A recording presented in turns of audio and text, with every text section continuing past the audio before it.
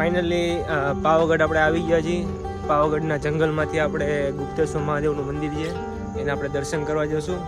અને અહીંના રસ્તા અને અહીંના મસ્ત રીતે નજારો છે જોવા મળશે. અત્યારે ગ્રીનરી એટલી મસ્ત છે. અત્યારે ગુપ્તેશ્વર મહાદેવના મંદિર અમે ચાલીને જઈએ છીએ. 2 થી 2.5 કિલોમીટરનો રસ્તો છે. તો આ રીતે જંગલમાં અમે ચાલીને જવાનું છે. આ રીતે રસ્તો છે બધો. તો આ જંગલનો આવો રસ્તો છે કંઈક. અમારે મહિપાલભાઈને હારે લઈને આવ્યો છે. પહેલી વાર આવે છે. 2 થી 2.5-3 કિલોમીટર ચાલશે. ખબર પડશે એનો એક્સપિરિયન્સ કેમ છે. તો આ મસ્ત નજારો અને આ રસ્તો તમે જોવો છો કેટલો મસ્ત તમે દેખાય છે. અહીંયા સંભળાતા પક્ષીઓનો અવાજ બી સાંભળવાની બહુ મજા આવે છે રસ્તામાં. અને આ જ રીતે આપણે બધું એક્સપ્લોર કરતા જઈશું, બધું બતાવીશું તમને. અને રસ્તા કઈ રીતે છે આગળ બધું તમને બતાવીશું. અને આ રસ્તો આપણે જઈએ છીએ ખૂણેશ્વર મહાદેવનું મંદિર. બાપુ બસ પરસો વળી ગયો ભાઈ. ગુપ્તેશ્વર મહાદેવના દર્શન કરવા જાય. હજી તો બાપા હાલવાનું ચાલુ કર્યું છે હજી તમને. હવે જોયું ભગવાનની દયા છે, પૂરી દર્શન થઈ જાય. ભગવાનની દયા જ છે. તમે હાલો એટલે થોડીક હાલો. ના હવે જોયું હવે ગુપ્તેશ્વર મહાદેવની દયાથી પહોંચી. તો મિત્રો અમે થોડા અહીંથી આગળ આવ્યા તો રસ્તો થોડો સાંકડો થઈ ગયો છે. એવું બી લાગે ક્યારેક આગળ કે હવે રસ્તો હશે કે નહીં હોય, પણ રસ્તો આ જ છે. તો ધીમે ધીમે અમે આ રસ્તાથી આગળ વધીશું અને ખૂણેશ્વર મહાદેવના મંદિરે અમે પહોંચીશું. હજી તો ઘણું આગળ છે. અમારે મહિપાલભાઈ થોડા પાછળ રહી ગયા છે એટલે અમે થોડીક અહીંયા બેસીને હું રાહ જોઈ લઉં કે એ 5-10 મિનિટમાં પાછળથી ચાલીને આવે છે તો એ પહોંચી જાય અહીંયા. પછી અમે અહીંથી આગળ વધીએ. અહીંથી આગળ જઈશું એટલે આ રીતે એક નદી આવે છે. અહીંયા મસ્ત તમને ઝરણાનો અવાજ સાંભળવાની મજા આવે છે. ઝરણાનો અમે આગળથી આવતા ત્યારથી જ અમને અવાજ આવતો કે આગળ નદી હોય એવું લાગે છે. તો ફાઇનલી તો નદી તો અમને મળી ગઈ છે. તો ફાઇનલી મિત્રો 3 કિલોમીટરના ટ્રેકિંગ પછી અમે અહીંયા પહોંચી ગયા છીએ ખૂણેશ્વર મહાદેવનું મંદિર. અહીંયા ખૂણેશ્વર મહાદેવનું મંદિર છે અંદર જે જંગલમાં આ રીતે આવેલું છે. અને અહીંયાનો તમને શોર્ટ થોડા મેં લીધેલા છે તમને બતાવીશ. દર્શન તો અંદર થાય એવું છે નહીં કેમ કે મંદિરના દરવાજા બંધ છે. આ બી લોકો તમે જોઈ શકો છો કે બધા ચાલીને ટ્રેકિંગ કરીને આવે છે. પણ લોકો મહાદેવના મંદિરે ઓછા, પણ પાછળ હજી વોટરફ્લો દેખાય છે. લોકો ત્યાં જવા માટે અહીંયા વધારે લોકો આવે છે. જ્યારે મોન્સૂનની સિઝન હોય ત્યારે તો વધારે આવે છે લોકો ટ્રેકિંગ કરીને, કેમ કે અહીંયાનો જે વાઇબ લેવા, નજારો લેવા. તો ખૂણિયા મહાદેવના દર્શન તો અમે કરી લીધા. તો અહીંયાથી અમે આગળ જઈએ છીએ તો આ રીતે ઝરણા આવે છે.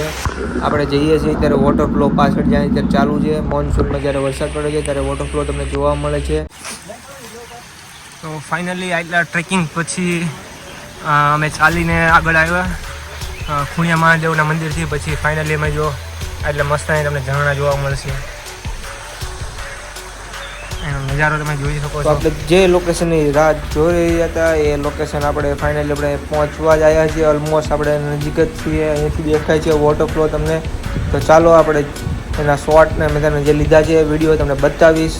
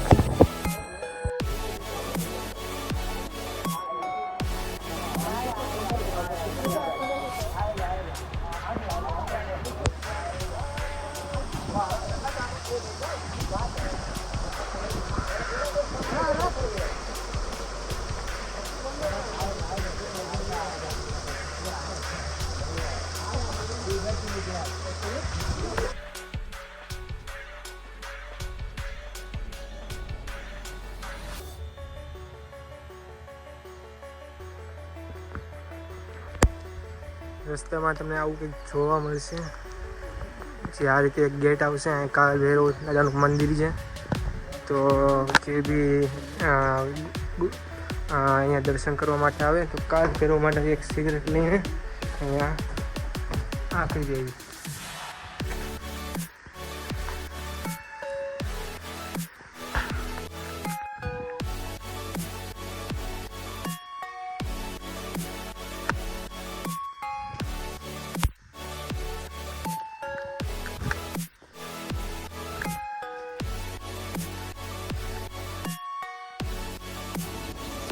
તો જ્યારે અમે રિટર્નમાં પાછા આવવા નીકળી ગયા હતા, નદીને ક્રોસ કરવાની હતી. તો અમારા મહિપાલભાઈ નદી ક્રોસ કરતાં ભૂલી ગયા. તો નદીને એ ઓલી પેલી સાઈડમાંથી સીધા જતા રહ્યા. તો પછી અવાજ મારો ત્યારે અમને ખબર પડી કે મહિપાલભાઈ તો નદીના પેલા કાંઠે છે. તો બસ નદી ક્રોસ કરીને આવે છે, જેમ તેમ ઉતરે છે નીચે. હવે વિચારે છે કે ઉપર કેમ જવું.